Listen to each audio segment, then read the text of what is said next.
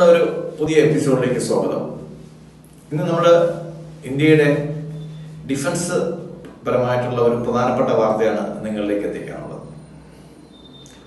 നമുക്കറിയാം, ലോയിറ്ററിംഗ് മുനീഷ്യൻ എന്ന് പറയുന്ന ഒരു വിഭാഗമുണ്ട്. അതിനെ സാധാരണ അറിയപ്പെടുന്നത് കാമിക്കാസെ വിഭാഗം എന്നാണ് അറിയപ്പെടുന്നത്. ഇത് ഈ ഉപകരണങ്ങൾ വർക്ക് ചെയ്യുന്നത് ഇതൊരു ഡ്രോൺ ആയിരിക്കും. ഈ ഡ്രോൺ ഒരാളെ ലൊക്കേഷൻ ഐഡന്റിഫൈ ചെയ്യും. നമ്മൾ ഒരാളെ ടാർഗറ്റ് ചെയ്യണം, അല്ലെങ്കിൽ ഒരു എക്യുപ്മെന്റിനെ ടാർഗറ്റ് ചെയ്യണമെങ്കിൽ ആ എക്യുപ്മെന്റിനെ ടാർഗറ്റ് അത് ട്രാക്ക് ചെയ്യും. ആ ടാർഗറ്റിലുള്ള പോയിന്റിലോട്ട് അത് പോയിന്റ് എത്തുന്നത് വരെ അതിങ്ങനെ കറങ്ങിക്കൊണ്ടേയിരിക്കും. അതുകൊണ്ടാണ് അതിനെ ലോയിറ്ററിംഗ് മുനീഷ്യൻ എന്ന് പറയുന്നത്. അതായത് ഇപ്പോൾ നമ്മളൊരു കാറിൽ പോകുന്ന രണ്ടുപേരെ നമ്മൾ ഐഡന്റിഫൈ ചെയ്ത് കഴിഞ്ഞു, അതിൽ ഒരാളെ മാത്രമാണ് നമുക്ക് ഉപദ്രവിക്കേണ്ടതെങ്കിൽ ഈ ഒരാളിലേക്ക് ചിലപ്പോൾ അതിനകത്ത് ഫേസ് ഐഡന്റിഫിക്കേഷൻ സോഫ്റ്റ്വെയർ ഉണ്ടാവും. ആ പർട്ടിക്കുലർ ആൾ ഏകദേശം 2 അടി വരെ കൃത്യതയോടെ അയാളെ ഐഡന്റിഫൈ ചെയ്യും. ഐഡന്റിഫൈ ചെയ്യുന്നത് വരെ നമ്മളെ വണ്ട് ഇങ്ങനെ നമ്മളെ ചുറ്റിപ്പറ്റി നിൽക്കുന്ന മാതിരി ഇത് ഇങ്ങനെ കറങ്ങി നിന്നിട്ട് കറക്റ്റ് ടാർഗറ്റ് എത്തിയതിന് ശേഷം അതിനകത്തോട്ട് നമ്മൾ ഒന്നിൽ നിറയൊഴിക്കുകയോ അല്ലെങ്കിൽ അതിനകത്തോട്ട് അത് ഇടിച്ചിറക്കുകയോ അല്ലെങ്കിൽ ക്രാഷ് ചെയ്യുകയോ ചെയ്യും. ഇതിനാണ് നമ്മൾ ലോയിറ്ററിംഗ് മുനീഷ്യൻ എന്ന് പറയുന്നത്. ദൗർഭാഗ്യവശാൽ ഇന്ത്യക്ക് ഇന്ന് വരെ ഇങ്ങനെ ഒന്ന് ഉണ്ടാക്കിയെടുക്കാൻ സാധിച്ചിട്ടില്ല.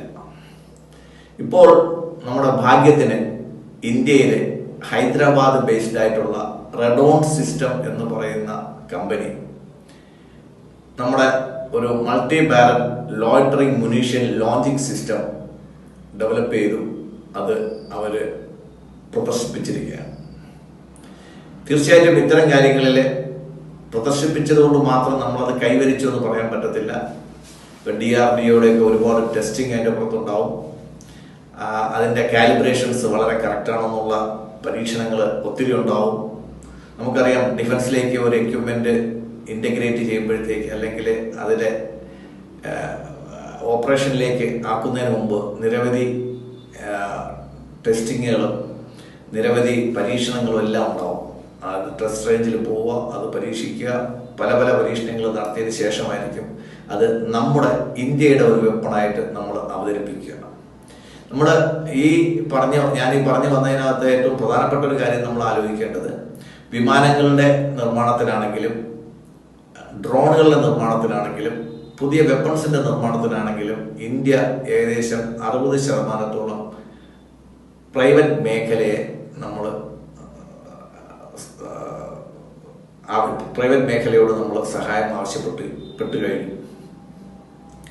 നമുക്കറിയാം, നമ്മുടെ മുൻനിര ഭീമൻ കമ്പനികൾക്കെല്ലാം സ്വന്തമായിട്ട് ഡിഫൻസ് സെക്ടർ ഈ കഴിഞ്ഞ 14 വർഷം കൊണ്ട് അവർ രൂപീകരിച്ചു കഴിഞ്ഞു. അത് അദാനി എയർസ്പേസ് ആയാലും ശരി, റിലയൻസ് ആയാലും ശരി, ടാറ്റ ആയാലും ശരി, അങ്ങനെ ഏത് ഇന്ത്യയുടെ ഇപ്പൊ ഗോദ്രേജ്, ഇന്ത്യയുടെ പ്രധാനപ്പെട്ട എല്ലാ കമ്പനികൾക്കും സ്വന്തമായിട്ട് ഡിഫൻസ് സെക്ടർ എക്യുപ്മെന്റ്സ് ഡെവലപ്പ് ചെയ്യാനുള്ള ഒരു സെക്ഷൻ അവർ തുടങ്ങിക്കഴിഞ്ഞു. അതിന് കാരണം ഡിഫൻസ് എക്സ്പെൻഡിച്ചറിലേക്ക്, ഡിഫൻസ് സ്പെൻഡിങ്ങിലേക്ക് ഇന്ത്യ കണ്ടെത്തിയ തുക വളരെ വലുതാണ്. മാത്രമല്ല, നമ്മുടെ പ്രധാനമന്ത്രിയുടെ ആത്മനിർഭർ ഭാരത് എന്ന ആ ഒരു സിസ്റ്റത്തിനകത്ത് ലോകത്തെ ഏത് കമ്പനിക്ക് ഏത് സാധനം ഇന്ത്യക്ക് സപ്ലൈ ചെയ്യണമെങ്കിലും അതിൽ 50% ഇന്ത്യൻ പാർട്ടിസിപ്പേഷൻ നിർബന്ധമാണ്. 50 ഏറ്റവും കുറഞ്ഞതാണ്. നമ്മൾ 60, 70, 80 ഇങ്ങനെ അതിൽ ഏറ്റവും കൂടുതൽ ഇന്ത്യൻ കണ്ടന്റ് ഉള്ളിടത്തോളം കാലം നമുക്ക് ആ സെക്ടറിലോട്ട് നമുക്ക് പ്രയോറിറ്റി കൂടുതലുള്ളൂ. ഇപ്പൊ റഫാൽ തന്നെ ഇന്ത്യയിലേക്ക് നമ്മൾ വാങ്ങുമ്പോഴത്തേക്ക് നമ്മൾ ഇത്രയും കാലമായിട്ട് നമ്മൾ അതിന്റെ പല നെഗോസിയേഷൻസും കംപ്ലീറ്റ് ആവാത്തതിൽ അതിനകത്ത് ഇന്ത്യൻ കണ്ടന്റ് എത്ര ഉണ്ടാവും എന്നുള്ളതാണ്.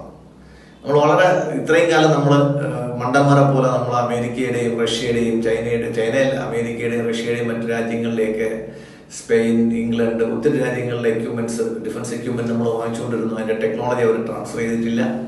ഇന്ത്യൻ മാനുഫാക്ചറിങ് കണ്ടന്റ് ഉണ്ടായിരുന്നില്ല. പക്ഷെ ഇപ്പോൾ നമ്മൾ വരുന്നത് മിനിമം 50% ഇന്ത്യൻ കണ്ടന്റ് ഇല്ലെങ്കിൽ നമുക്ക് വേണ്ട എന്നുള്ള രീതിയിൽ തന്നെയാണ്.